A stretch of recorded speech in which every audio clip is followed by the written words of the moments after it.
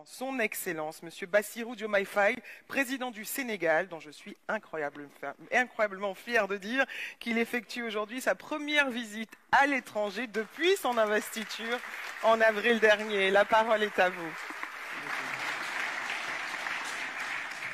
Monsieur le Président de la République française, notre hôte, Monsieur le chef d'État et de gouvernement, Mesdames, Messieurs les ministres, Monsieur le Président de la Commission de l'Union africaine, Monsieur le Président du Conseil d'administration de Gavi, Mesdames, Messieurs les ambassadeurs, distingués invités, Mesdames et Messieurs.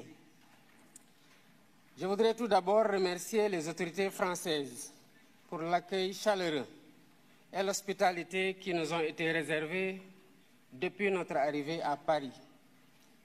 Je suis heureux de me joindre à vous aujourd'hui pour participer à cette campagne de mobilisation pour la souveraineté dénommée Lancement de l'accélérateur africain de fabrication de vaccins.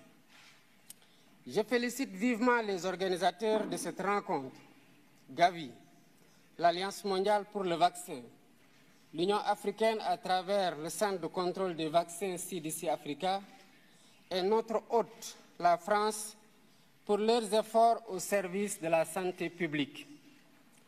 Par ma présence à ce forum, j'ai voulu exprimer mon attachement personnel à la santé et la place qu'elle occupe dans l'action de mon gouvernement. L'histoire récente de la pandémie Covid-19 nous a montré combien nous étions vulnérables, mal préparés face aux pandémies et que par conséquent, la santé doit être une priorité permanente. Il y a un peu plus de 4 ans, la Covid avait fortement bouleversé nos systèmes de santé et mis en danger les programmes de vaccination qui étaient alors relégués au second plan, devant l'urgence, évidemment, de lutter contre la pandémie. Ainsi, selon le rapport de l'UNICEF de 2021, 23 millions d'enfants n'avaient pas reçu les vaccins de base nécessaires à leur croissance normale au plus fort de cette crise sanitaire. La pandémie avait surtout mis en évidence les disparités structurelles qui existaient déjà entre pays développés et pays en développement en matière de vaccination. Bien que l'Afrique représente environ 20% de la population mondiale, son industrie de vaccins fournit à peine 0,25% de l'offre mondiale. Le continent est encore largement tributaire d'autres régions du monde pour couvrir ses besoins. C'est dire l'immensité de la tâche qui reste à accomplir pour la souveraineté vaccinale de l'Afrique. Mesdames, Messieurs, en consacrant cette rencontre au lancement de l'accélérateur de la production des vaccins en Afrique, AVMA, Gavi et l'ensemble de ses partenaires s'inscrivent dans la voie pour corriger les points faibles du continent en matière de riposte face aux pandémies, telles que le manque d'équipements et de médicaments, mais surtout de vaccins. Nous avons vécu cela pendant la pandémie Covid-19 avec l'arrivée tardive et en nombre insuffisant des vaccins. Un des défis majeurs pour l'Afrique aujourd'hui, c'est de produire des vaccins, des médicaments et diagnostics, mais également d'accéder aux plateformes de commercialisation pour participer pleinement à la lutte contre les menaces sanitaires futures. C'est une volonté politique de l'Afrique et nous invitons tous les partenaires à soutenir cet agenda qui constitue une priorité au même titre que les autres priorités liées notamment aux situations de guerre ou de changement climatique. L'Afrique a les capacités de production locale de vaccins. Des pays pionniers s'y sont engagés, dont le Sénégal avec l'Institut Pasteur de Dakar. Je rappelle que cet institut existe au Sénégal depuis un siècle et qu'il a une expérience quasi centenaire dans la fabrication de vaccins.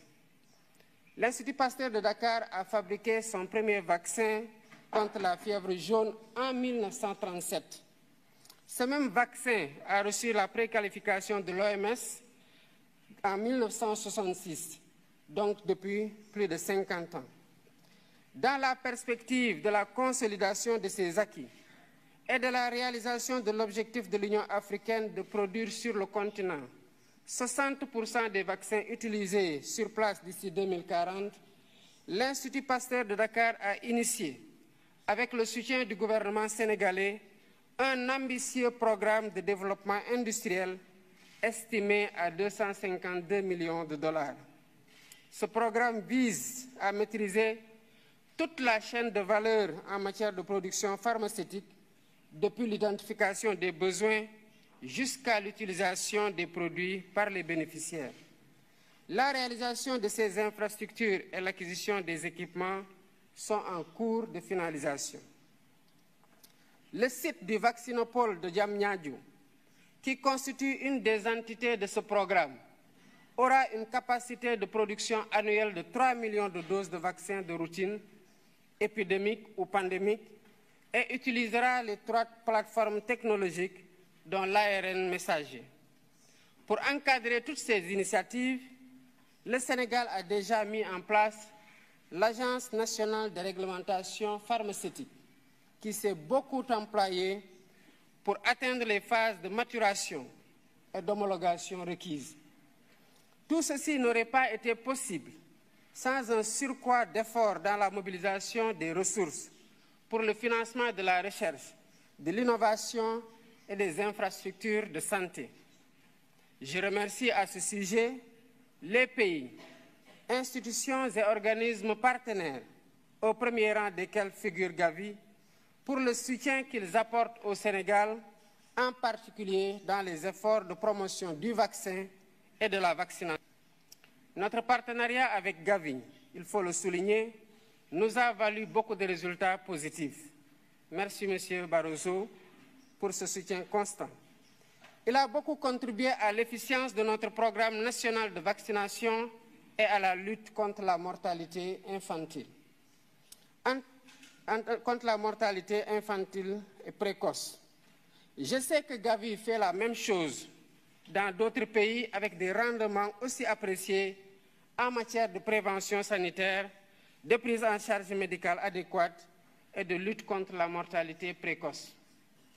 En tant que pivot essentiel de la solidarité et en reconnaissance des immenses services qu'il rend aux pays bénéficiaires, Gavi mérite le soutien continu de la communauté internationale.